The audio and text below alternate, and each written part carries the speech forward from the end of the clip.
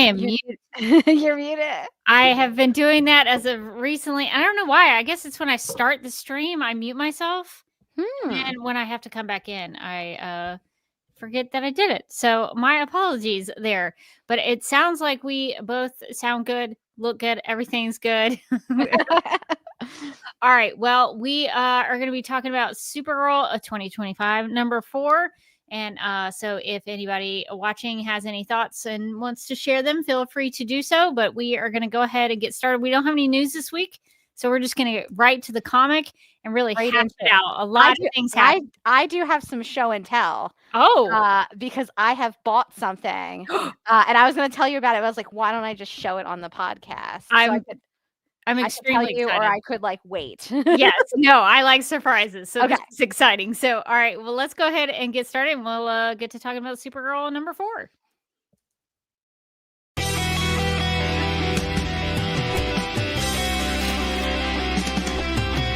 McGurk! I love typing. Not mess with my Google Docs, Meeksy. Supergirl Radio is going live every night of the week. How do you like it? Is becoming a human burrito a plus or a minus? I don't know. It does seem snug. I mean, they say you are what you eat. Kira.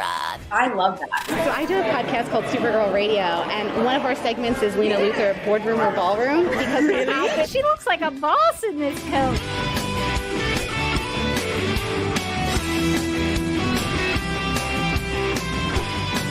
Nasty Luthor like a different Luthor?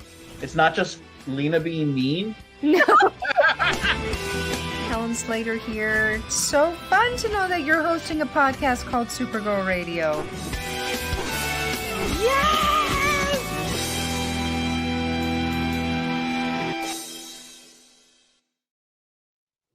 Welcome to Supergirl Radio, your source for all things related to the character of Kara Zor-El. My name is Rebecca Johnson. I'm Morgan Glennon. And for this episode of the podcast, we are live and wired to discuss and review Supergirl 2025 number 4 with story and art by Sophie Campbell. The colorist was Tamara Bonvillain, or maybe it's French, Bonvillain. Bonvillain. I don't know. If we ever get to interview Tamara, I would love to ask and make sure that we're saying it right. The letterer for this issue was Dave Sharp. The assistant editor was Jillian Grant, and the senior editor was Brittany Holzer. Now, Morgan, you have apparently brought something for show and tell. Is it appropriate to do it before we get into the issue, or should we do it after the issue? I think it's maybe appropriate, but before we get so into Morgan has a show and tell surprise. I have my own news. So I saw somewhere on the internet in my ramblings that they were doing a Superman Legacy box set. Now, I believe this is when it used to, the movie Superman 2025 used to be called Superman Legacy. So they decided to keep the box set name because how would you look up Superman box set? What would you get? Anyway, you would get so many box sets. We've proved that this is a bad name. So what I've got is this. Wow. It's giant. It's beautiful. And it contains many comics. So apparently, is All-Star Superman in there? I've got a second All-Star Superman. I felt like it was worth the sacrifice to get the other ones. No, I think your deluxe edition is worth my the deluxe price edition. Mwah, beautiful. This one garbage. It also has Kingdom Come. Oh yes. It has Superman for All Seasons. Okay. It's got Whatever Happened to the Man of Tomorrow. Very good story, yeah. It's got Superman Up in the Sky. Yeah. And it's got Superman Supercore. Oh, interesting. Which is not what some people who are Supergirl fans probably think that's about. It's probably pronounced Supercorp is my guess. Okay. But some people would probably still associate it with that. No, those are a lot of those are very a lot of those canon in that one. No. A lot of those are very famous Superman stories. So I know you haven't read Kingdom Come yet. The thing is, because I haven't, this is the perfect box set for me. Yeah. Because I actually haven't read much Superman. I've read a lot of Supergirl, obviously. I know, I would say comic osmosis knowledge from the many years of the Smallville, salt mines. Yes. But I haven't read a ton of these. So I thought, well, what a bargain. Honestly, what a steal. So I got a really nice set. 1, 2, 3, 4, 5, 6 comics. For, not too bad. Now, I think it's going for this is my infomercial. I think it's going for like I've seen it some places for like $80. I've seen it other places for like 85. If you go to Thrift Books, it is $60, which I think for That's six comics that's is a pretty very good deal. good. It's a good bargain. And it comes in this little case. the case is probably worth the $60. It says the Superman box set. Does it say Superman Legacy on it though? It doesn't, but Yeah. it's the easiest way to Google it. Not everything ever always changed. That's so funny. Well, thank you for sharing. That's a very nice set. So if people want to go check that out, if you haven't read some of those comics, you could go do that. If you want to read All-Star Superman for yourself. If you want another, if you already have a version of All-Star Superman, but you want like another one in a box, I can't recommend it more. It is in there and it is in a box. It is, I think, besides Kingdom Come, like the second chunkiest book in here. Which is funny because I feel like my deluxe edition felt heftier than there was a lot in the back on there was a lot of on all of the material. male characters. On all the not on that one paragraph on Lois. Well, we'll have to read Kingdom Come sometime since you haven't read it. Well, now I got it ready. Anytime, any place. I think you'll like Whatever Happened to the Man of Tomorrow. Mind the Gap has a good description of it. Whatever Happened to the Man of Tomorrow is Alan Moore's homage and goodbye to Silver Age Superman. And it has some Mixes-Pitalik in there. So it's one of we love Mixie. Podcast friend of the pod, Bill Meeks loves that story, and it's actually a really good. That's a good Superman comic. It's basically kind of would people call it like Superman's last day? You know, kind of like that kind of Superman. Although that's more like his last month. He's really circling it. Now that you mention it, there are a lot of Superman comics where it's like, what if Superman ended? What if Superman? What if he died? What if he like? We're gonna do something so out of the box. What if Superman died? It's like, yeah, no, they've done that a lot. Shh.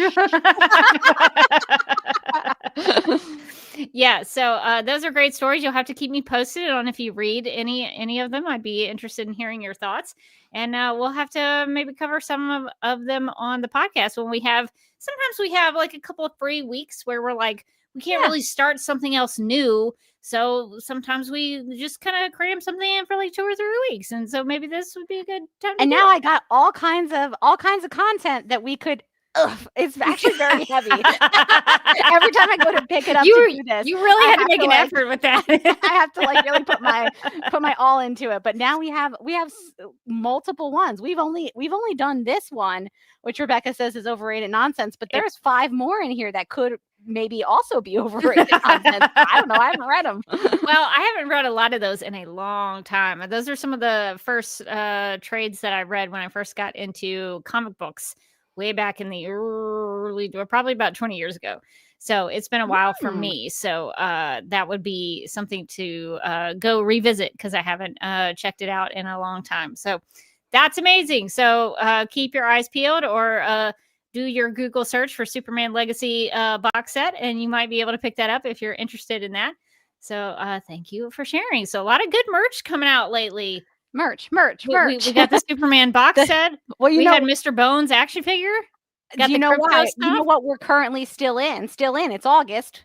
It's the summer of Superman. But really, I think now, are we transitioning over to the summer of Supergirl? Like, could we start early? I mean, for us, it's always the summer of Supergirl. I thought it was going to be like, is it now like the fall of Superman? I was like, dun, dun, dun. So a lot of his stories. But I'm looking forward to next year when we get this, but for Supergirl. Oh, that's going to happen. As you know, we will. I'm just excited to see what stories they'll put in this super. Actually, yeah, that's a good question. What trades would you put in a Supergirl? Yeah, that is a really good question. I would definitely put the Peter David run. That's a very long all of run. It. So I don't know that you could put all of it. There are like some like Many Happy Returns is like one of them. That's the Peter David run. The Sterling Gates run. I'd probably put Bizarro Girl in there. That's one of my favorite stories. I feel like Supergirl being super is a really good one too. Well, And that's only like, what, is that 1 or 2 volumes? 4 issues. Okay, so even shorter than that, actually. Yeah, I think so. You'd have to put some sort of like Silver Age something in there, I feel like. Oh, yeah. But I don't know how you cram one era of comics into like a trade. into one trade. You just go with her soap opera run, I think. Yeah, you could do that. You could do Superman Family Comics. You could do Woman of Tomorrow. You'd have to put I feel like Woman of Tomorrow is so obvious. I think Woman of Tomorrow. I think Woman of Tomorrow would fit in there. It's a nice trade size. Yeah. I think you could get that in there. I don't know that I would maybe put any Rebirth. You could maybe do some of the New 52. There was a section of the New 52 that I really liked where it was Supergirl and Silver Banshee like hanging out doing stuff. That's fun. So I really enjoyed that. So I'd maybe put a section of that in there. You'd probably have to put the Jeff Loeb when Jeff Loeb brought Kara Zor-El back from the dead in the comics. You know, they killed her off in Crisis. Yeah. You'd have to put Crisis in there. You'd have to, but yeah.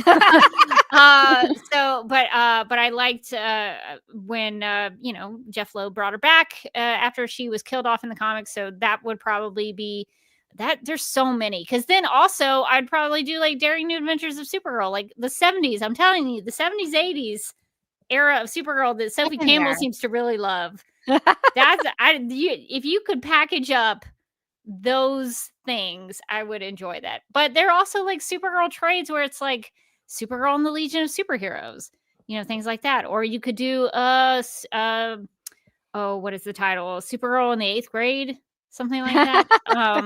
That's so cute. So there's a lot of Supergirl that you would have to cram in there. Kenny says you could do Supergirl, Girl of Steel, DC's finest volume for the Silver Age. Yeah, they do have 2 volumes of Silver Age Supergirl that are already out, and I think there's also an omnibus of Silver Age Supergirl. So maybe you don't have to put any Silver Age in there because there's already big books on those. I sent it to you. I was somewhere in New York and I was in a comic store and I was like, oh, I got this like big omnibus out, and I was like, I've never seen this one before. And I'm like sending Rebecca pictures of it, being like, do you know about this one? Is this one worth it? But honestly, it was like, it's as like big as this whole thing. And so, now I'm trying to imagine how large the Supergirl, our version of the Supergirl version of this would be. It would be like, I would be like pulling up like a house. So maybe it's just because we're more learned in Supergirl mythology. Of course. That I think this says more quality things about Supergirl. Supergirl doesn't have just like 5 books that are like the all-time best Superman stories or whatever. Like there's so much Supergirl that's like really good that we would want to put all of it in there. You gotta get all of her best stories. You gotta get some Comet in there. You gotta get some Streaky in there. You gotta get like her. She was a soap opera actress. You want to put that in there. Maybe some. That's really important to us. Yeah, it's very important to us. I think it's very important to the people. I think the people cry out for the soap opera storyline. I see Mind the Gap in the chat says, I think they did a box set for the Batman also, so they could do one for Supergirl.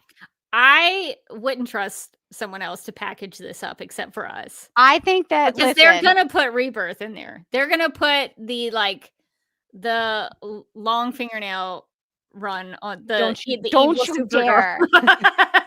Marketing people, if you're listening to us right now, and I know you are, don't you dare put that death metal stuff in there. Supergirl. We're trying to get people into Supergirl comics. That is not going to do that. That's going to do the opposite. But I would definitely, for sure, because there are already trades. Bizarro Girl, Woman of Tomorrow. There's even a story that I read, Supergirl, The Way of the World, where Supergirl tries to cure a little boy of cancer. It was it was a different kind of story, but I enjoyed that one. So lots of Supergirl to put in there. So I guess we'll find out when the summer of Supergirl comes around and they release a Supergirl box set. We're gonna see what ends up making it into that, and we're gonna judge them based on it. So I do think that they should know that we just sort of briefly talked on this. Superman's not our guy, right? Yeah. But when Supergirl, we'll have a whole episode. We'll be breaking it down. So think wisely about what you put in there. We will definitely have to review the Supergirl box set, which they will definitely make. They will definitely do because it's high priority for them. Huge priority. Sure. I like that we're keeping our expectations low. I mean, I've learned from past experience, especially with Supergirl on the big screen, that you got to keep those expectations real low. But you know what? I feel confident that we will get. We might not get another comic box set, but we're going to get a makeup palette. And isn't that better?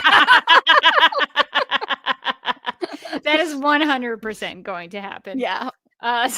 So get excited about that. Start pre-planning your Sephora runs. Okay, well, I guess speaking of Supergirl comics, maybe we should talk about the one we have gathered to discuss. This is Supergirl 2025, number 4, and the description for this issue reads, quote, "In the aftermath of escaped Kandorian Leslar's rampage through town, Supergirl learns there's more to Midvale than meets the eye when Lena drags her to a secret club she never knew existed.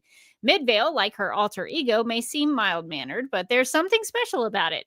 Out from under Superman's watchful eye, Kara is ready to let loose no matter the disastrous consequences," unquote. Dun, dun, dun. So, Morgan, what would you like to talk about first in this issue? Do you have like a real burning topic that you want to discuss? I mean, I feel like there's a lot in this issue. I feel like this issue was giving us so much, and I'm so grateful for this issue.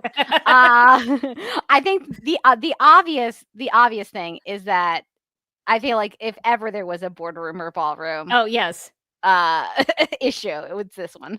Well, let's get to that, shall we? And now, Lena Luthor, boardroom or ballroom.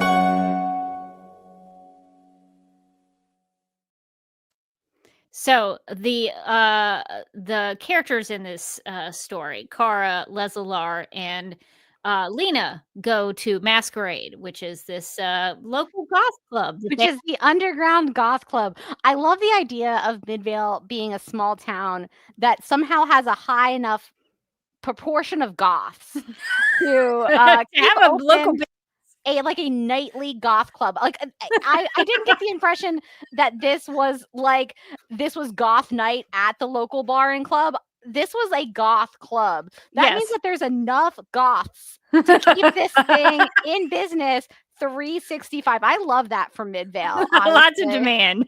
Lots of demand. They must sell out of black eyeliner so fast in that town. Talk about Sephora.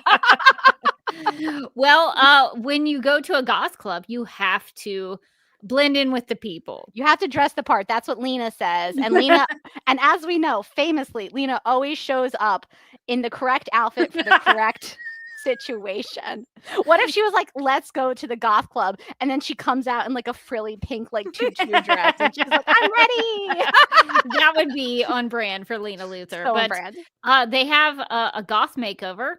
And so, Morgan, I'm curious, what do you think about these goth styles for each character? I think Lena has done an amazing job here. Listen, I see the vision. Lena's like, "Hold still. I have so much black eyeliner." And she's like, "Listen, we're committing to the goth theme. We are goths." And Kara's like, "I'm not." And Lena's like, "Shh, I am." And you will be by the end of the night. Kara's very game for this. She's like, "Okay, sure. I've never heard of a goth club in Midvale before, and I didn't honestly know we had that many goths." And Lena's like, "You don't know because they dress normal at the day, and then at night everybody gets out their black skull outfits and goes to the club." It's like Kara's like, "Wow, I've been missing this for so long." So Lena's outfit, I think, is very appropriate. Lena knows how to dress for a goth club because Lena Luthor is very goth in this run of Supergirl. Lena I feel Luthor, like this is a place Lena goes a lot. this is sort of Lena's like bread and butter look. She's like, she's not digging into her closet trying to put together a look for this. She has this. This is a daily, everyday look for her.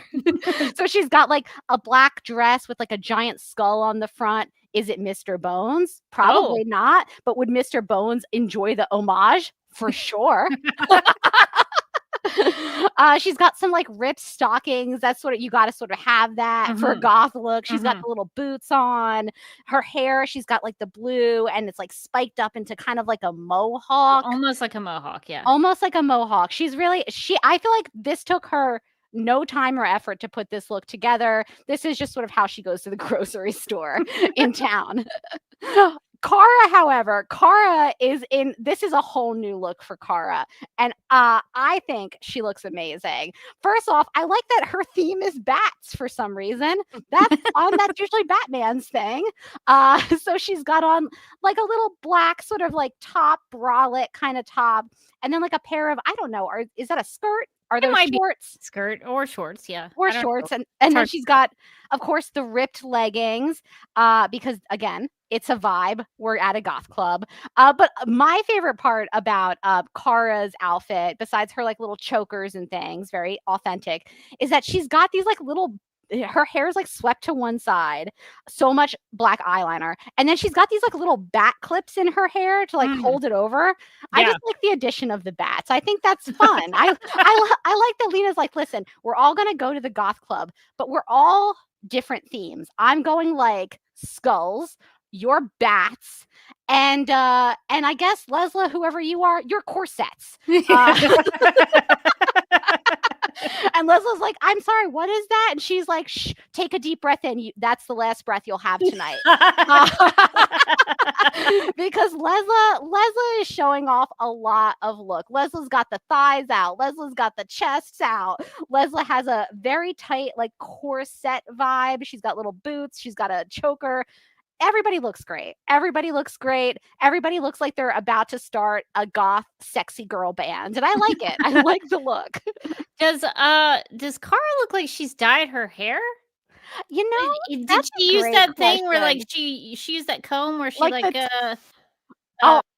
maybe temporary dye, but like it could, she does have a magic comb that just makes her hair different colors. And if it was me, if I had that comb, my hair would be a different color every day. Like it would be a different color. I'm looking a little closer at the photo, and it looks like it's still just sort of the darker hair that she has when she's like not Supergirl. Yeah, so she's like she's in her secret identity. Yeah, secret identity. I'm not seeing like fun colors. I do feel like they should have put some fun colors in Kara and Leslie's hair. I think that's what it's missing. Not to mention that there's a lot of chains, there's a lot of belts. Basically, there's a lot of like spiked bracelets. It's basically like the look I thought I was serving when I was in high school and I shopped at Hot Topic. But it for sure wasn't the look I was serving. And also Leslie has like these like fishnet gloves. They go up past her elbows, which is fun. We got to bring back gloves. Let's bring back formal gloves. The next time I go to the goth club, the 365 open all year goth club in my small town, I'm gonna be sure I wear some like opera gloves.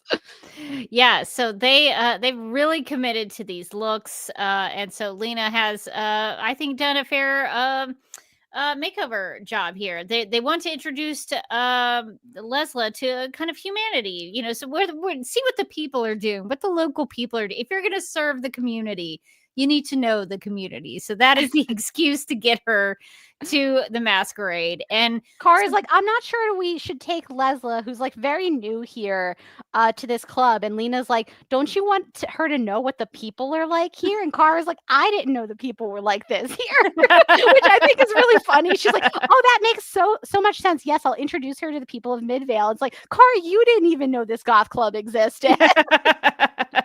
Maybe you should give Leslie a moment. There's so much black. So they are going out on the town. to this club called the Masquerade. So thank you, Morgan, for walking us through their fits. I also want to point out that Abby makes a great comparison that this is like the episode in Smallville when Lana, Chloe, and Lois are taken over by witches and they have the outfit changes. It's kind of just like that, honestly. Everyone's favorite episode of Smallville. One of the best storylines in Smallville was when everybody was a witch, and also Supergirl. Remember when we loved how Lena just randomly became a witch? Don't crowd pleaser. It's almost like they don't know what to do with a character, so they make them a witch. And then that character, before you know it, is a witch. So, yes, thank you for taking us through that. Immediately when I saw that panel, I was like, definitely we're doing Boardroom or Ballroom. I was like, let's go.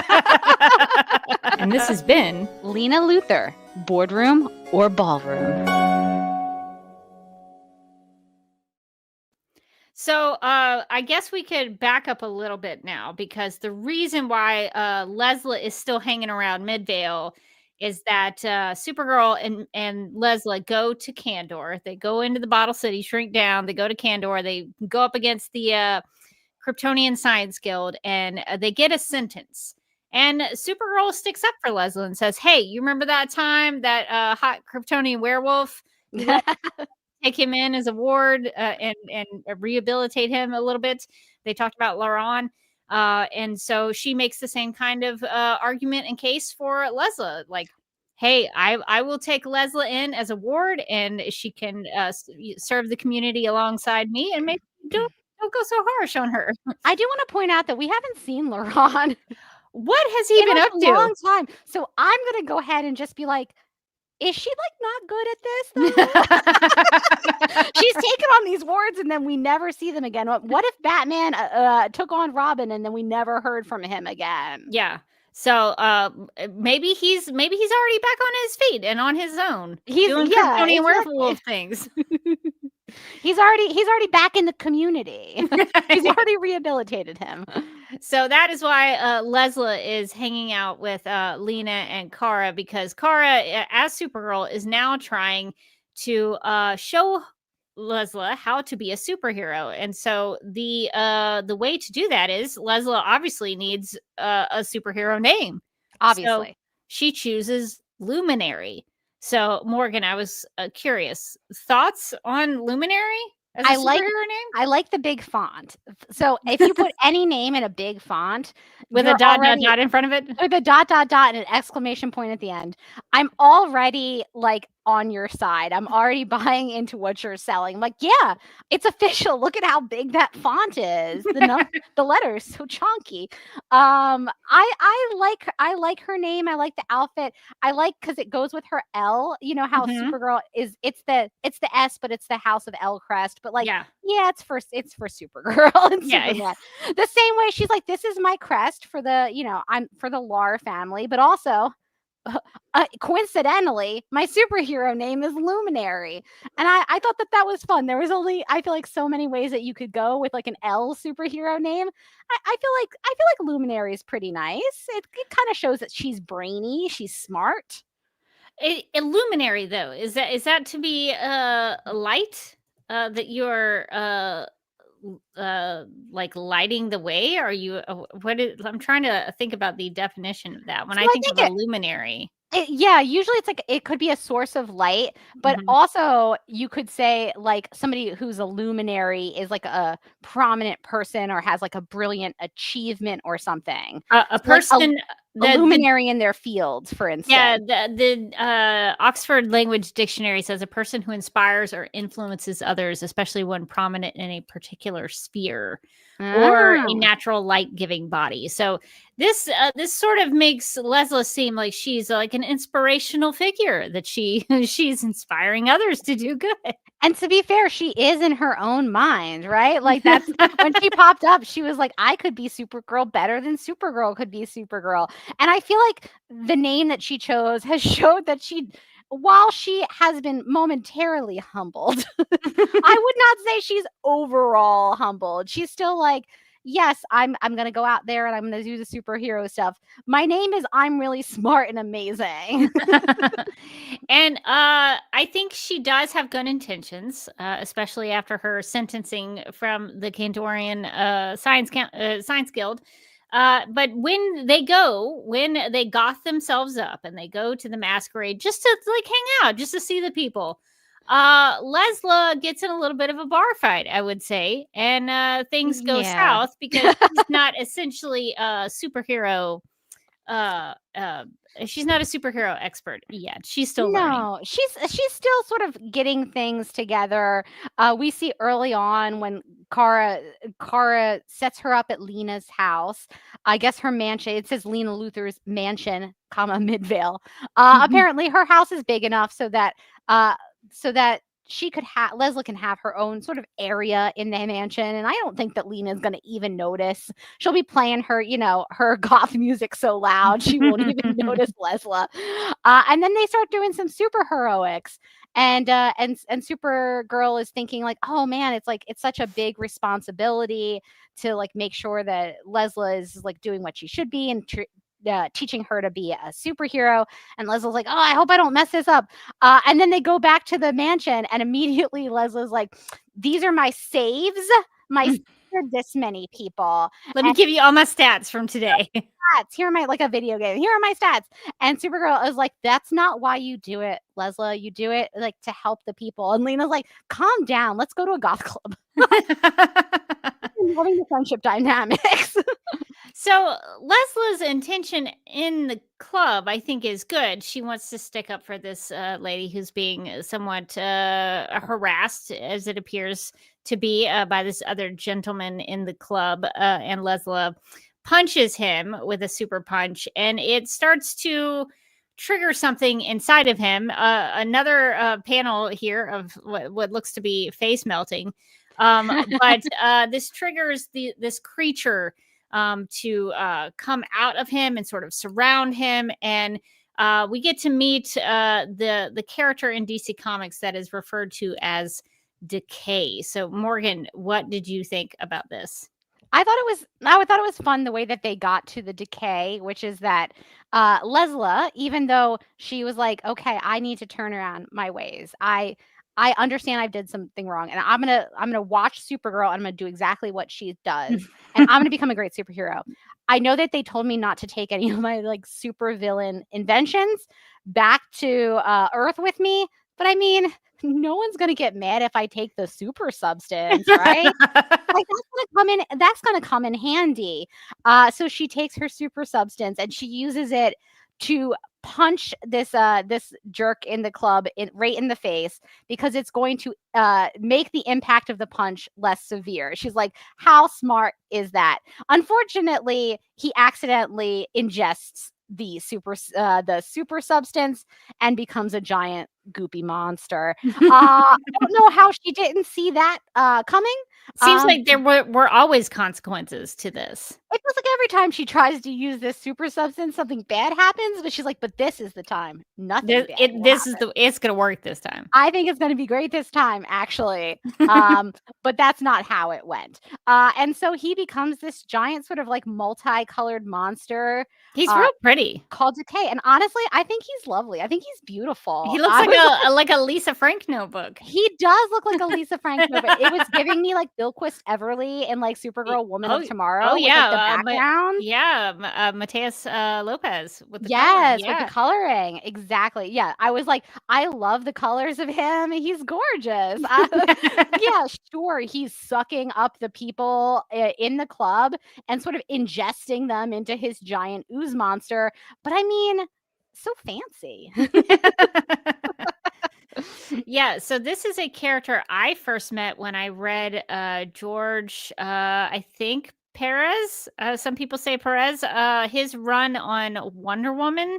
That's where I first learned of Decay.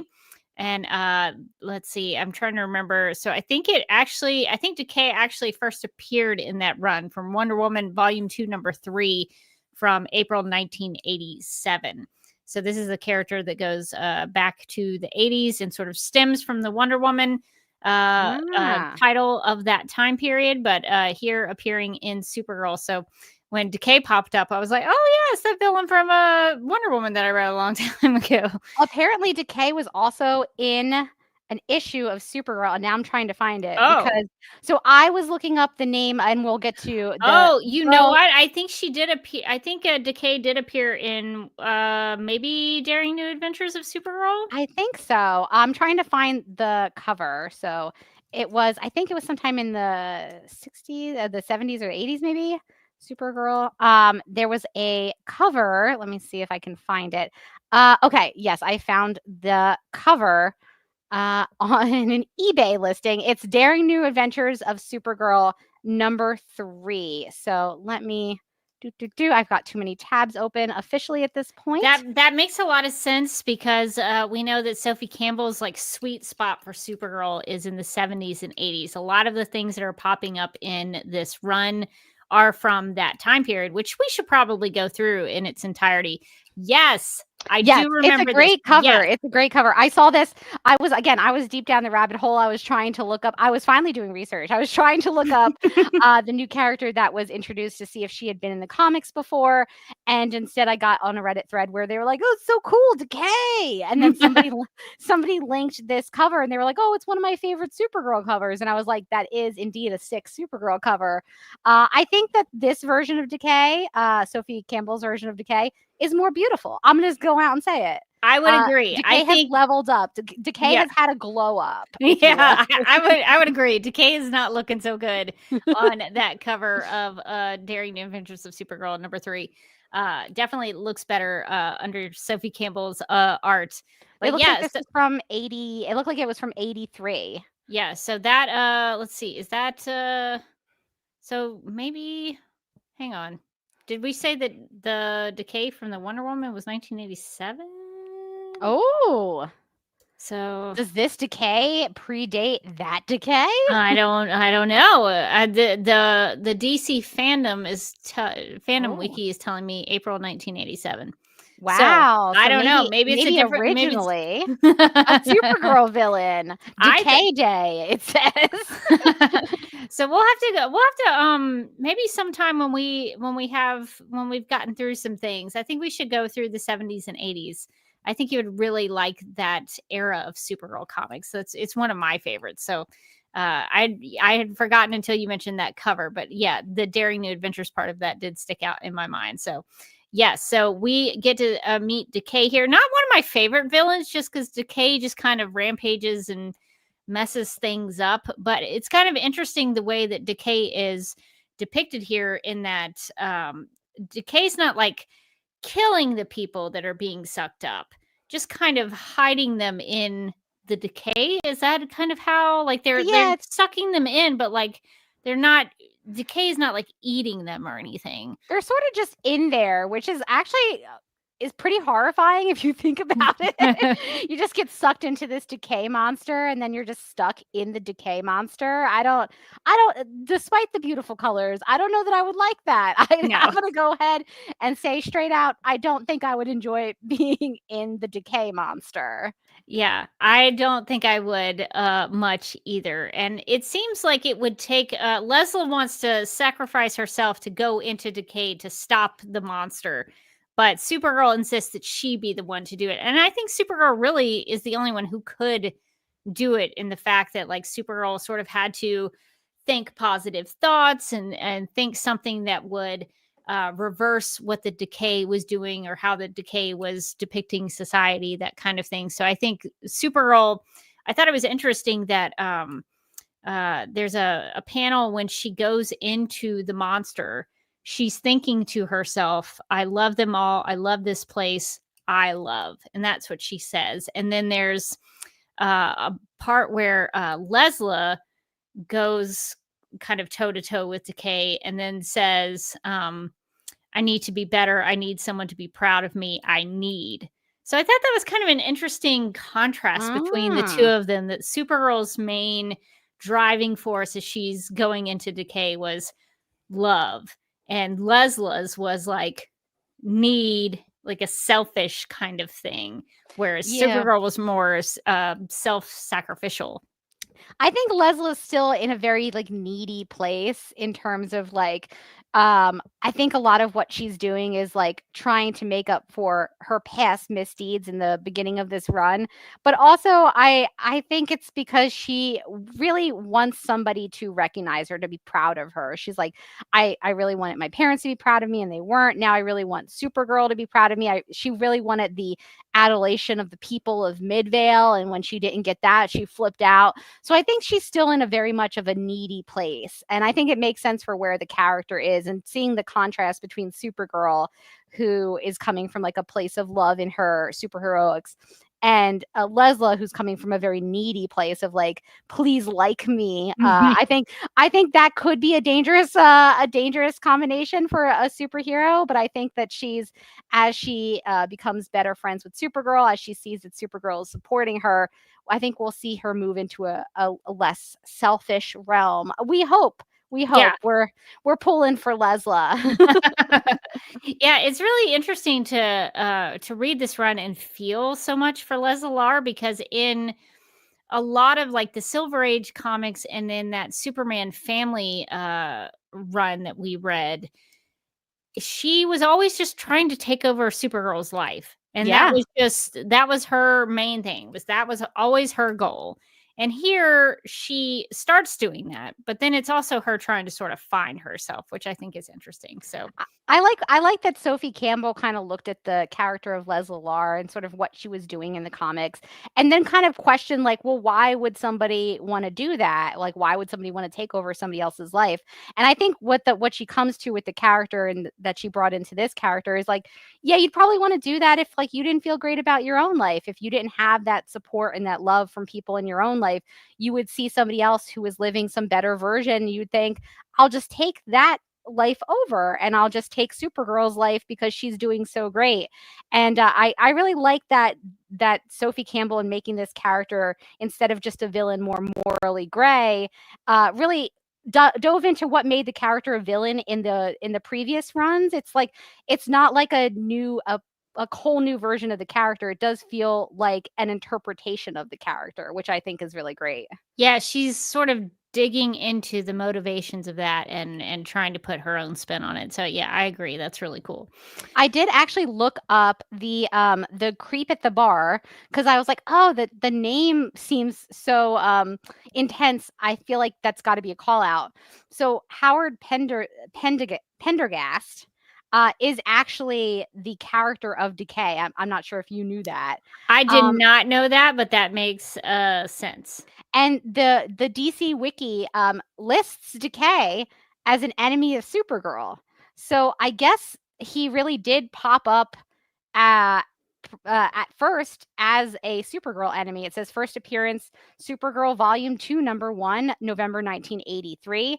Last appearance before this one, I guess, was Volume 2, January 1983.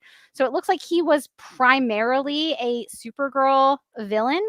I'm sure he's probably showed up in some other places too, but it seems like he first popped up to mess around with Supergirl, which I think that's fun. I did not know that. I associated him as a Wonder Woman villain, so this is really cool to find. Thank you for teaching me something, Morgan. Now we know about Decay, and putting a lot of faith in the wiki, of course. Yeah, of course. Most of the time, they're pretty accurate. So that's good to know. I will keep that in the back of my mind. That's awesome. Yeah, it looks like the creator was Carmine Infantino. Yeah. Which is fine. Yeah, one of the great Supergirl creators. So that doesn't surprise me at all. In terms of so we've got Lesla, we've got Howard, and Decay, and then there's another character that gets introduced, and I was curious about your thoughts about her, because I wasn't totally sure what to make of her. There's a new character named Luna Lustrum, who we first see in the Masquerade, which is the Midvale's, very famous underground goth club. Very crowded underground goth club. So popular. Everybody goes there. So popular. Midvale, honestly, just full of goths. So many goths. But we meet Luna there, and I wasn't sure what to make of her. So, Morgan, do you have any thoughts? I thought it was interesting. We first see Luna. She's being hit on by Howard Pendergast, and she gets saved by Lesla. And I was like, okay, that's fun. And then in the next time you see Luna, she has these like weird, she has these like weird blue things around her head. And at first I thought it was just supposed to be like, oh, she's swiveling her head. But then they remain in more panels, and I was like, is that? Does she have a hairpiece on? I didn't notice this in her first introduction. And it turns out by the time we get to the end of the issue, that she has some sort of, how did they say it? Some sort of like abilities. Leslie says, she asks Luna, are you aware that you seem to possess some degree of psionic ability? Oh. It seems to sort of surprise Luna. She's like, what do you mean? What's she a asks, psionic? What's a psionic? Yeah. I was wondering if this was supposed to be psi. Just why would you put the word psionic in there if you were not going to go the psi route? But psi in the comics is usually named Gale Marsh. So that was sort of throwing me off a little bit. I was confused about that as well. I was like, I know we actually talked, I think just last week, somebody in the chat was like, it would be great to see Psi. Psi is great. And I was like, agreed. And then I was like, oh my God, are we seeing her? But that's not usually, isn't Psi also usually traditionally a villain? I guess we don't know much about Luna, our girl Luna yet. Luna could be leading a double life. She could be really bad. We don't know. I Googled psionic abilities in Supergirl. And according to the AI overview, which I don't trust, it's a telekinesis, which allow her to move objects, and telepathic. So I don't know, because I was like, I don't know what a psionic ability, what that exactly means. Just like Luna, I wasn't quite sure. And I guess we'll find out probably in the next issue. But I was interested. I was like, well, I don't feel like it's Psi because it's the wrong name of the character. But I do think it's interesting that she has similar abilities. What if she's just using Luna Lustrum as like an alias because she's not supposed to go to the masquerade? Oh my God, what if she's like, what if she's pulling like an Ariel, like, I just want to be part of your world? And the world she wants to be part of is the goth underground in Midvale. She's like, please just let me be part of this. Yeah, I'll be curious if this character turns out to be Psi or not, because it seemed to be leading us there. I also, when in my travels on Reddit, which is always a fun place, I did see a lot of people who seemed to think she was going to be a character named Wanda 5. Now, this character is news to me. I don't know who that is, but I did see a couple of people mention that they thought maybe it would be Wanda 5, and I was like, well, I don't know who that is. So like, nothing off of me. So Wanda 5 was Linda Danvers's enigmatic roommate when she was a student in Vanderbilt University. She first appeared in Supergirl #1, November 1972. Okay. So besides her unusual name, several things about Wanda were confusing to Supergirl. She owned a statue built with alien minerals, and she wielded psychic powers that she didn't master and whose origin she herself claimed to be unaware of. Still, she helped Supergirl unmask a murderer using her clairvoyance, and she has telepathy and clairvoyance as powers. Apparently, what I learned also through this, this is just going to be like Morgan reads Reddit, and you're welcome. Thank you, Reddit, for the many gifts that you've given me. Somebody linked Sophie Campbell is apparently pretty active on Blue Sky, and somebody mentioned, I guess she had mentioned previously that one of the characters was supposed to be an old character. It said she at one point was an old character, but changed for various behind the scenes reasons into a new character. And when somebody said, are you able to reveal which old character she was going to be? I totally understand if the answer is no. Sophie Campbell said Wanda 5. So I guess she was originally supposed to be Wanda 5, and then they changed her at the last minute for some behind the scenes reasons.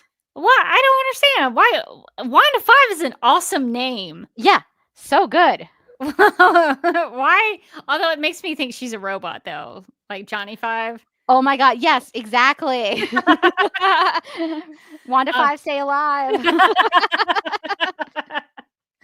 Yeah. Well, okay. Well, that's really interesting. I'm curious as to why they would not allow Yeah, that character to be used. Wanda 5, a character I've never heard of before in my life. They were like, no, we can't possibly have her in this run. We have big plans for Wanda 5. Like, get out of here. Why? Do you see why you got to be like this? Let her use Wanda. That's so interesting. Okay, well, that's why I guess there was a new name, a new character introduced. Although I wouldn't, if I had been the editor, I wouldn't have used the word psionic.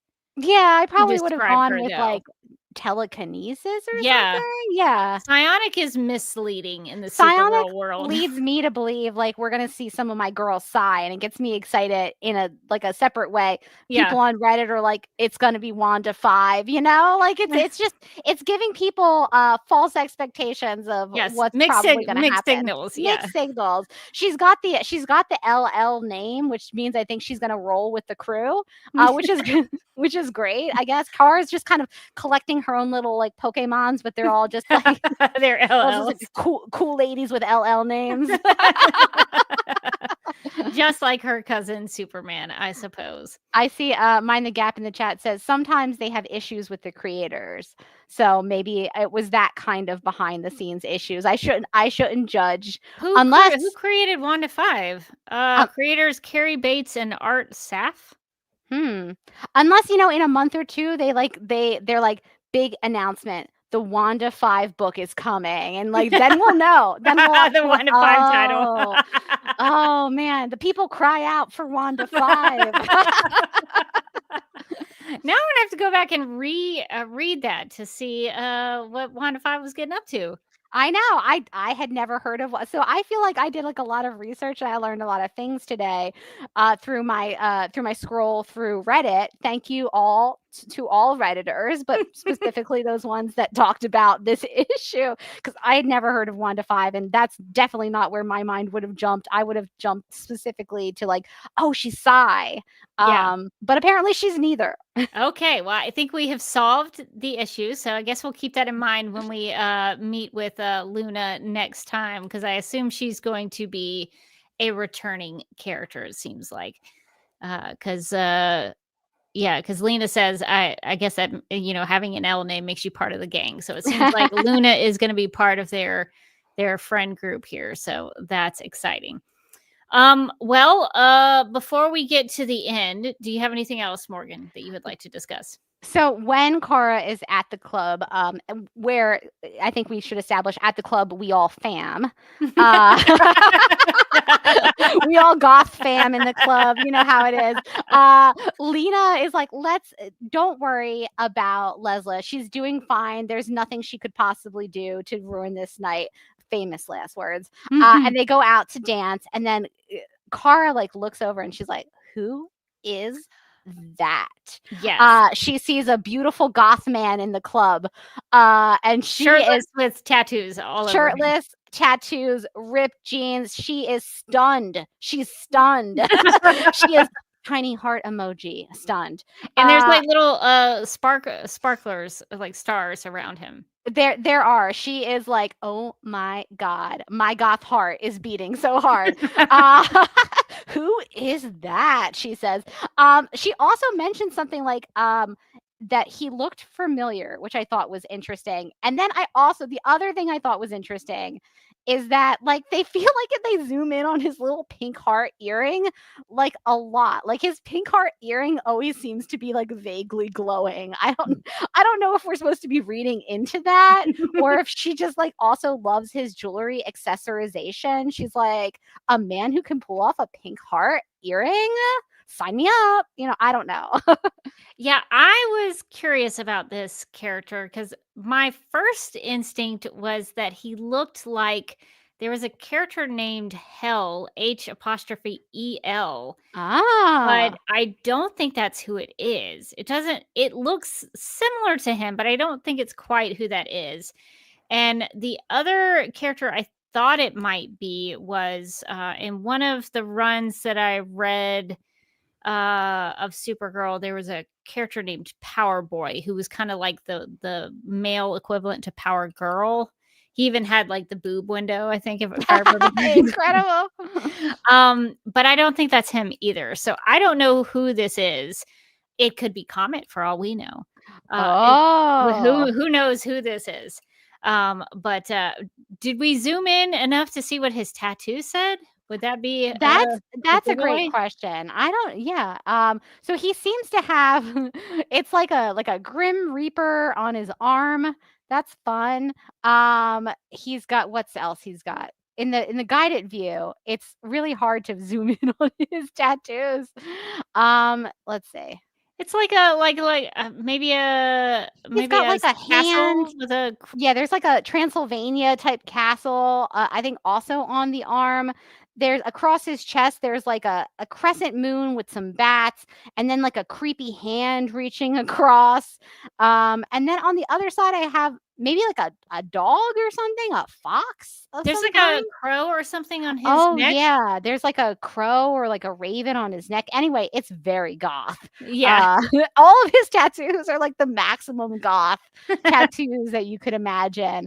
And he's got all of them all at once, which I feel like is like committing to the theme a little too much. But like, what am I to tell him what to get tattooed? I don't know that helps me figure him out. No. Yeah, I had no idea. I was like, oh, we have like a sexy goth mystery now in this issue.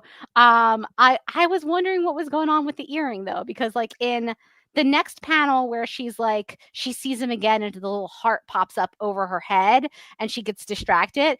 The ear, like he is in like a blue lighting, but the earring is still like glowing pink. I don't know what's going on there. I can't remember. Did this early in the run, did it establish that Dick Malvern was dead? I believe so. I believe she was like, it can't be Dick too Malvern. bad she was like, too bad Dick Malvern is dead. So it can't be him. So I'm trying to go through all of Supergirl's boyfriends that I can think of. What if Dick Malvern has come back as a sexy goth vampire or something? Amazing. I would love it. I would love it too. We have sexy Kryptonian werewolves. This can't be Laurent. My God. This is not Laurent. I don't think so. No, I don't think so. I can't remember what they established he looks like in this run, but I don't think he had that much hair. We only saw him, I think, as a werewolf. Oh, that's true. That's true. Maybe. But he does have a tattoo of a moon. That's true. And it looks like there's something on the one arm that looks like it could be like a wolf. Could you imagine if she's so bad at being a mentor that she doesn't even recognize him in the club? Like that's how much she's not been mentoring him. She's like, "Oh, who's that?" And he's like, "Oh, hey, it's been a while." I guess we'll have to wait to find out who this fine goth gentleman is Kara sees in the club. I guess hopefully we'll get the answer to that. But he's definitely got the stars around him, and he is someone that Kara is stopped in her tracks. Mind the Gap. I agree with what you said. Mind the Gap says Kara reads romantasy books. Definitely, she reads all those fairy books. She's reading them, and she was like, "Oh my God, he looks just like that fairy prince in the whatever book series." I haven't read them yet. No judgment. They're just very long. But I'm sure if we had Amy on the podcast, she could tell me exactly who I was trying to refer to. Yes, make sure she is aware of this so we can keep up with. We got to get her in on the Supergirl run. We're like, they've got romantasy heroes in this thing. So yeah, we will have to figure out who that guy is. And then the last thing I want to talk to you about, Morgan, is the cliffhanger. Real serious cliffhanger, I think, happening. Yeah, I'm scared. What do you think is going on there? Well, there's a cute little kitten who sees some of the sludge, which is called super substance, which I could never really remember because it's such a generic term. The kitten's like, "What's that?" And all of a sudden, and licks it, and the super substance is like, "Dun dun dun." So I think we're in for an issue in the next issue, where somebody has to fight like a giant superpowered cat, and I'm loving that. I would actually love it if to fight the giant superpowered cat, like Kara is busy like trying to teach super heroics and doesn't even notice that there's this giant superpowered cat. And so Streaky and Crypto and the bunny have to like team up together Yes. to fight crime, the crime being this like accidentally evil kitty. I think that'd be great. Like it's just happening in the background while Kara's like not paying attention. I think that'd be amazing. I think Streaky has to be involved with this on For some level. sure, Streaky has to be involved. Streaky needs to like knock something off on top of the cat and like melt it or something. Oops. Some faces could be melting in the next issue as well. They almost always are in this run. So the cliffhanger is ominous. A haunting cliffhanger. A cute little kitten is now turned evil. So we'll see how that results. I don't know if it's going to be another kind of decay-like figure. I don't know if the super substance only reveals a decay, or That's if it a good does something question. else. Maybe the super substance kind of like adjusts itself to whoever gets infected with it. So for Howard Pendergast, he becomes decay. But maybe for this kitten, the kitten becomes something completely different. What if after it's just touching. like super cute? Oh my God, super cute, but like super evil. So like no one sees it coming. That would be terrifying. Or it's like just like a giant Godzilla like kitten who's just like walking around town like string. Chasing what it thinks is like a laser pointer light. Yeah. That could get dangerous. Yeah. Well, I can't wait to see how they're going to handle that next time. Are there any pictures or panels or pages, I should say, that really kind of stood out to you in the art? We talked about my favorite panel, which was the goth girl makeover. I thought that was incredible. I like that we got to see them put on a pound of eyeliner first. I think that's an important first step in any goth transition. And then they all painted their nails black, which is the sort of the final step in a goth transition, I think. I love that panel. I also loved I honestly did love Decay. I thought Decay was so beautiful. When Decay was in a bunch of the panels, I was like, oh, the colors are so calming. But I love when Supergirl goes into Decay and then bursts out, and Lesla has that, the iconic Supergirl and the Supergirl font, word bubble. I thought that that panel was really, really great. I like that one a lot. Yeah, I really enjoyed the use of colors in this issue. When we go into the goth club, it turns, the temperature kind of gets cold. There's a lot of blues, a lot of purples. And so it's happening at night and that things are dark in the club. And so it definitely takes a different, like that sequence has its own color versus like being in Midvale or being in Candor, where it's much brighter and sunnier. And so I really like the way that the colors especially transition you through these different sequences going through the issue. So I think for me, it's just the color really, I think, stood out in this issue for sure. And I think before we move on and wrap up, I saw a question from Stanley in the chat. So Stanley says, do you like the series so far? Does it need a bigger plot line? No, I really like this run. I think it's done a good job of it's taken its time to sort of set up the characters and develop these relationships. And I think we're 4 issues in, but I feel like I know who the characters are, and there's a continuing story that feels like it's progressively gotten through the story and it makes sense as it's going, that is very rare for us. Listen, we will take it. Yeah, I'm enjoying this run a lot. I like all of the references to like older Supergirl stories. I feel like it's written by somebody who loves Supergirl and knows her history. But more than that, I think that even though it's a little bit more episodic in like what happens issue to issue, I feel like the characterization and the sort of the character building has been a through line throughout the run in these first 4 issues. So I feel like I'm getting to know Kara, this version of Kara. I'm getting to know Lesla. I'm getting to know Lena more. So I do feel like the characterization issue to issue is building, and I don't need necessarily a huge overarching plot line quite yet, because I like getting to know the characters and the world. And I will say, we've read Supergirl comics where it felt like every issue the same thing happened. That's Every true. issue. Like Yeah. it would repeat. Like you would go through a thing and it would happen, and the next issue you would just reverse and do the whole thing over again.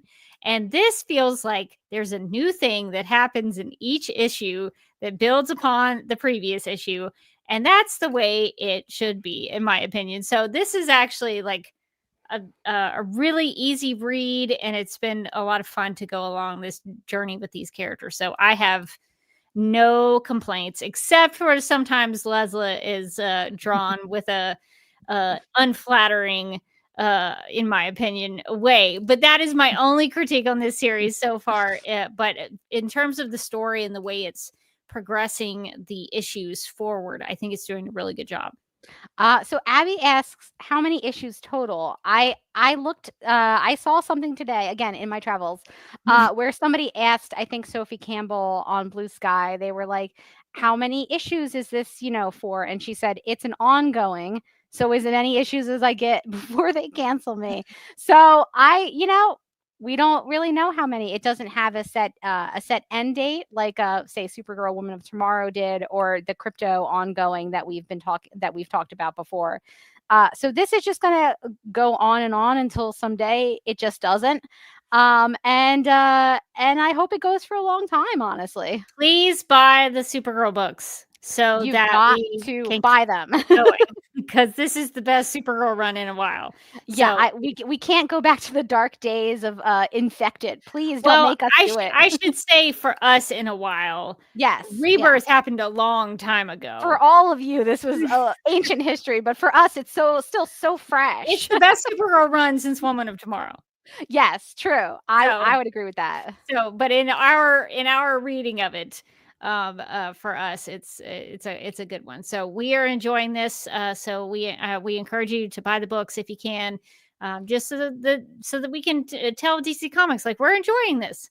It's the best way to support the comics you like is to buy them in some form, whether it's going down to your local comic book store and getting them in paper, or getting them on the Kindle or whatever comic reader you like. I think that's the best way to support them, because if you wait for the trades, they look at the issue to issue sales and they're like, no one's that interested in this. So you want to get in on the ground floor.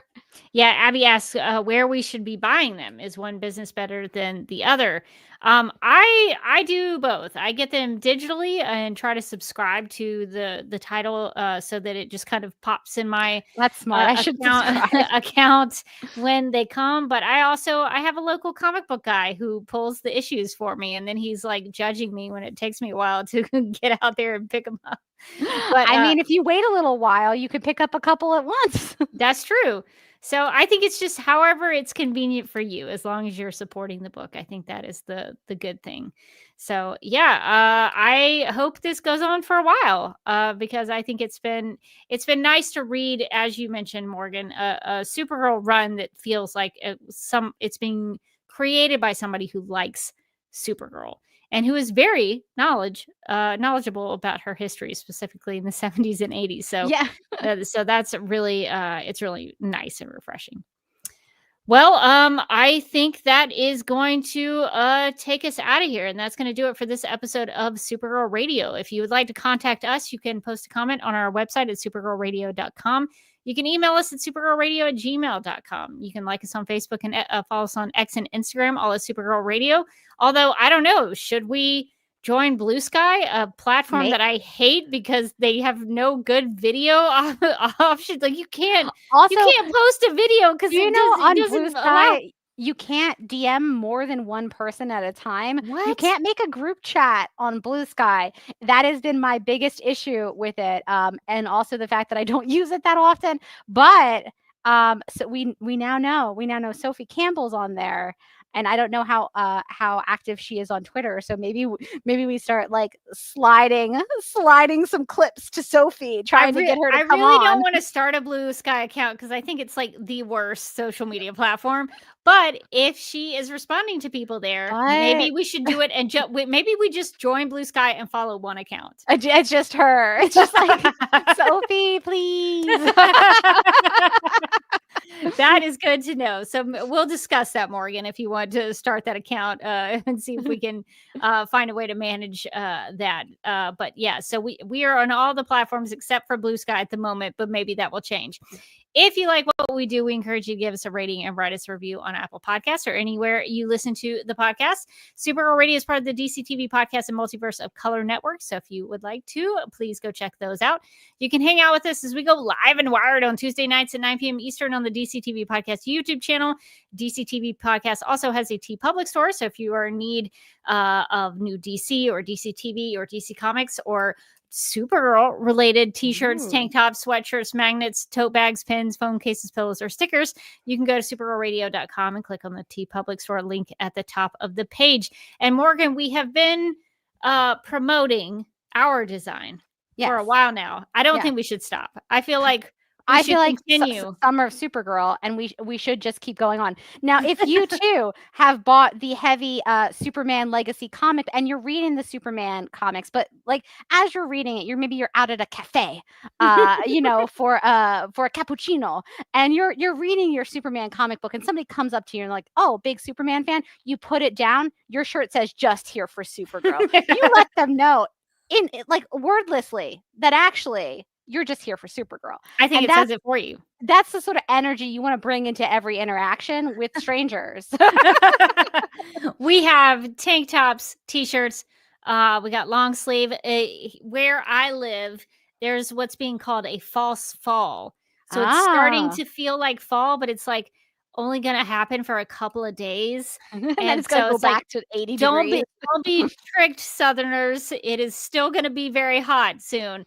But right now we're going through a false fall. So it's like, it's nice to have like a long sleeve shirt. So you can get those if you would like. And I'm going to be wearing mine at DragonCon. So I am very excited to go to that Superman and Lois panel and be like, I'm just here for Supergirl. I'm just here for Supergirl. Even though they did not want to include Supergirl. Even though they didn't want to be in the same universe with her. Fine. But yeah, so you can still get that design in the TeePublic store. We'd also like to thank our legion of super sponsors for supporting the Supergirl Radio Patreon. These people are Michael, Anne-Marie, Yvonne, Nicola, Abby, Miriam, Nicole, Brian, Ethan, Majuba, Annie, Rachel, and Kit. You can join our legion of super sponsors by going to patreon.com/Supergirl Radio.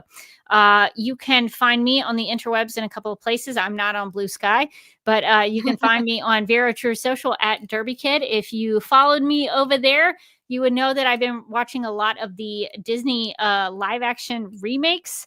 I am trying to get through Aladdin right now. So, so that did you know Guy Ritchie directed the Aladdin remake? Really? Like, how are they getting these really big directors to do these remakes? Money. Guy Ritchie like bought another house probably after that movie. Who was the guy? I'm trying to remember his name. Who directed The Little Mermaid? What is his name? What is the original? Rob Marshall directed The Little Mermaid remake. Rob Marshall of the Chicago movie, Broadway musicals. How did they get these big directors to do this? As we well established, Tim Burton directed Dumbo, which slaps. It did. So I'm currently rewatching those, trying to get through some of those for DragonCon. I'm on Instagram. So how many have you watched at this point?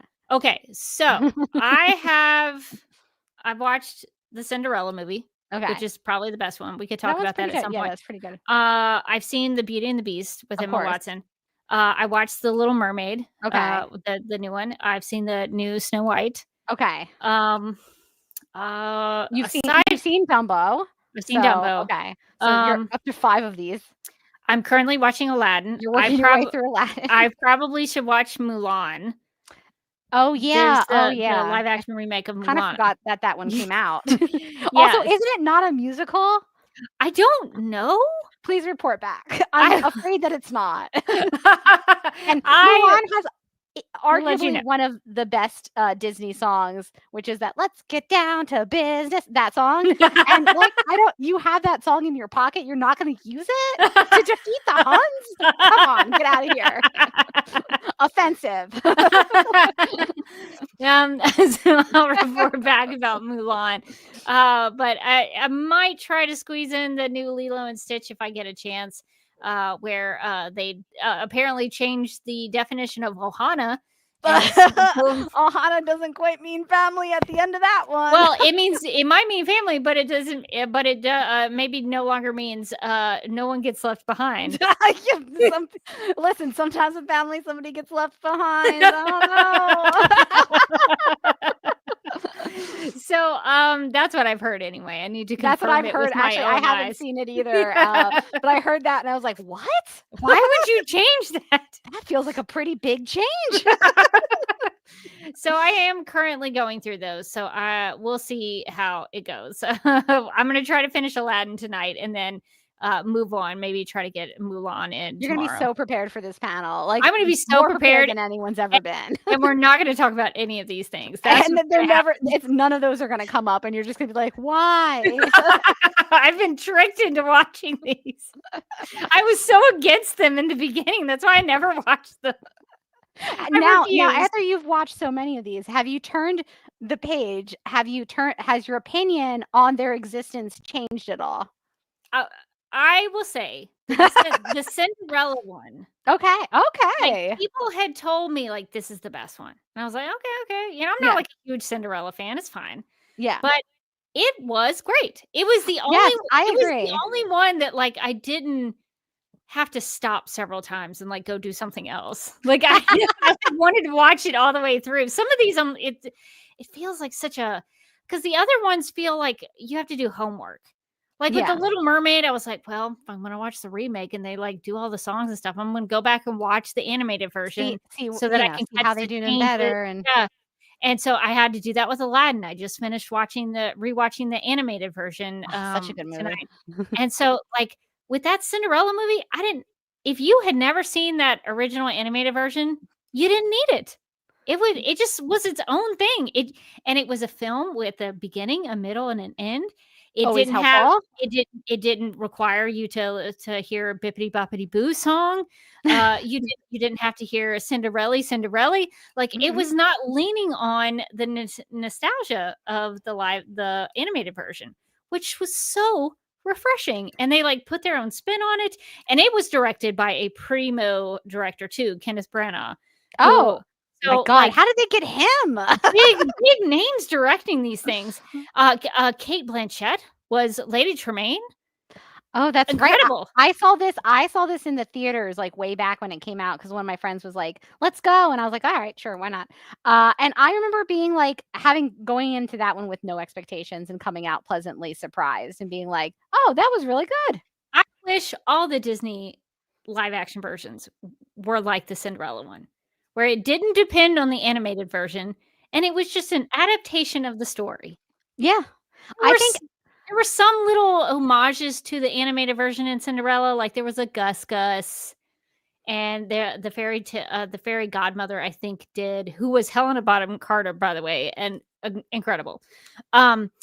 She, I think, said Bippity Boppity Boo, but like she didn't feel the need to sing it. It wasn't like a thing that depended on the nostalgia of the original one.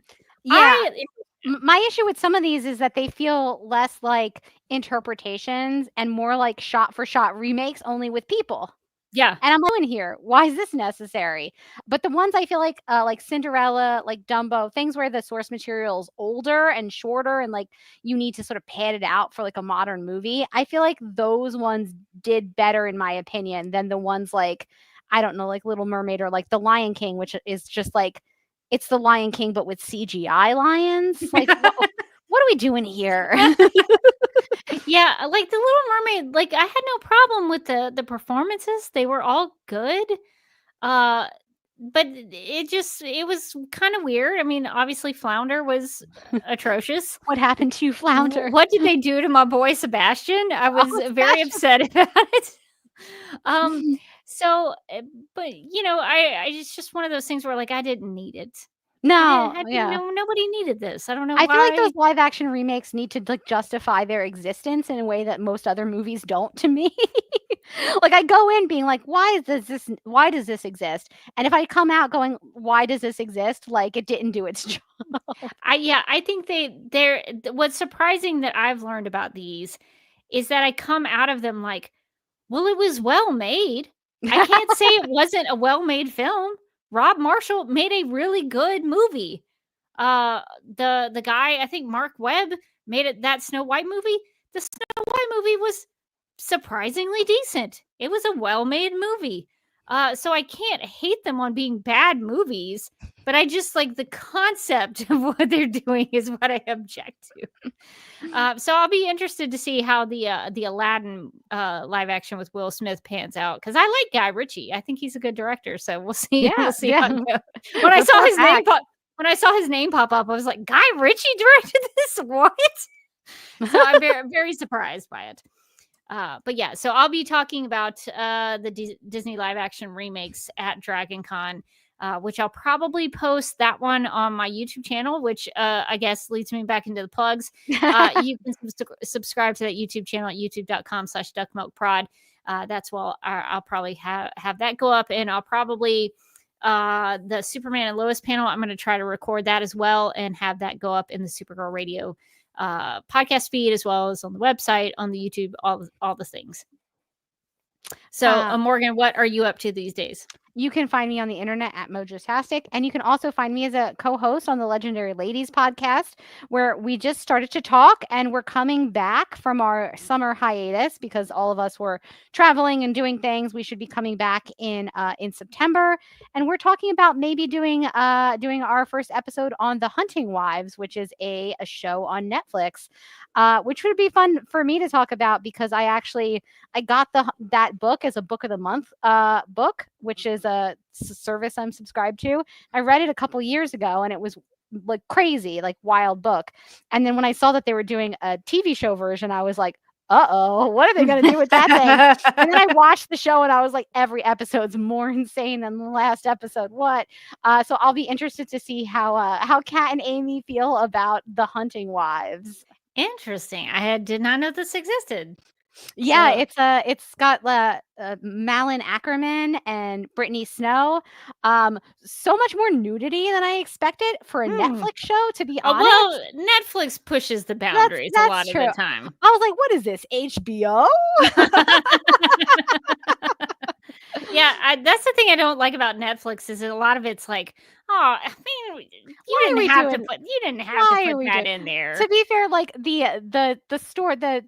the book is very like soapy, very melodramatic, over the top. So I feel like in this one it does work. It works, but there are some ones that I'm watching. I'm like, what are we doing? What are we doing here? What? Okay. All right. Game of Thrones. I see Abby in the chat says, sad news. Melissa's show on Netflix got canceled. You know, did that not just come out? We never did a pilot. We never did a pilot, but now I'm gonna feel sad to it. Now I feel like it's our fault. I know. Oh, this is on us, isn't it? This is really on us. I feel Sorry, Melissa. I meant to watch it, but I thought I'd have more time. Well, that stinks. Hopefully she'll get on a show that we can watch regularly. Like her co-star Kyler Lee, who has been on that time traveling pawn show for several seasons. I think what we got to do is we got to get Melissa on Time Travel Pond. Yes. Could you Why imagine? has that not happened yet? Could you imagine what they could pool with that? Like, who would she be? I don't know, but it would be something insane. She has to be like, this is my pitch. Okay. She's either got to be like either in the 1800s, right? She goes what's her face cat goes back into the 1800s a lot. Yes.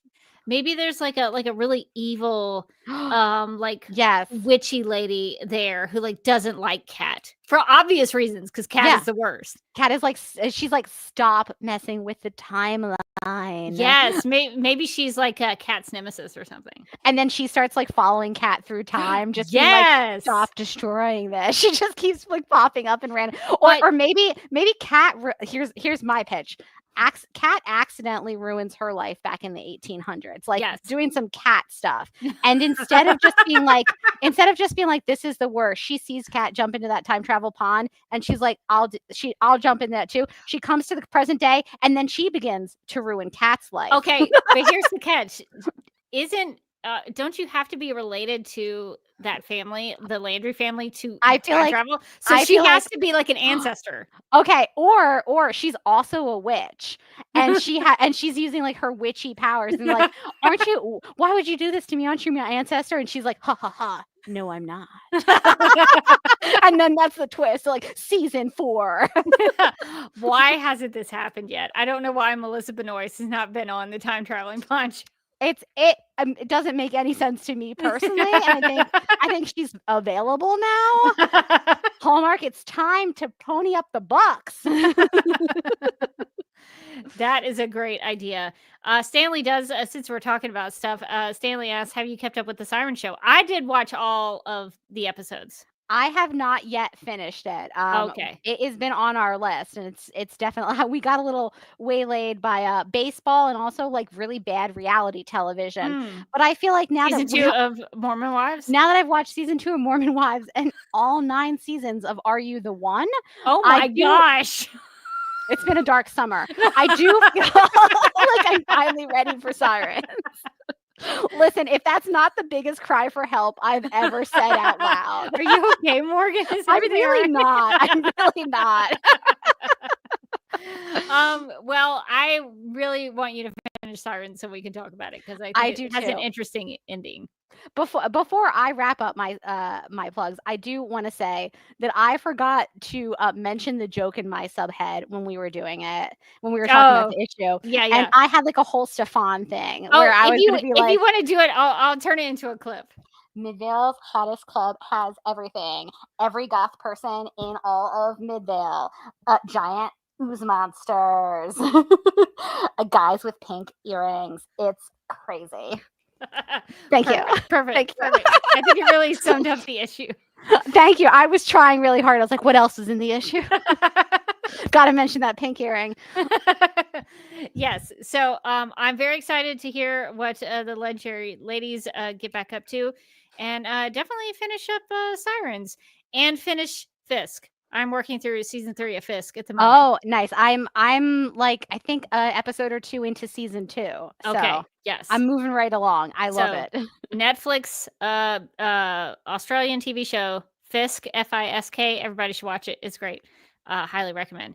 Okay. Well, let's see. I think does that cover all of our plugs? Have we I think we've plugged everything that we're watching currently. Everything that we're working on. Recommendations. Now we're just like, watch Fisk. And just ranting about the way home. Yeah, exactly. As we often find ourselves doing.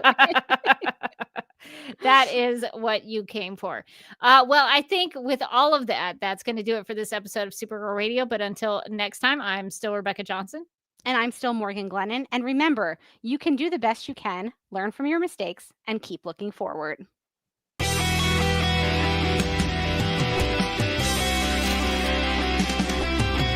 McGurk! I love typing. Not mess with my Google Docs, Meeksy. Supergirl Radio is going live every night of the week. How do you like it? Is becoming a human burrito a plus or a minus? I don't know. It does seem snug. I mean, they say you are what you eat. Kira.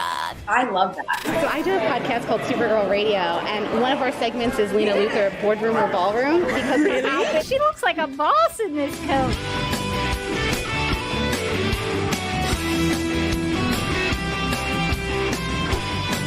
Nasty Luthor like a different Luthor?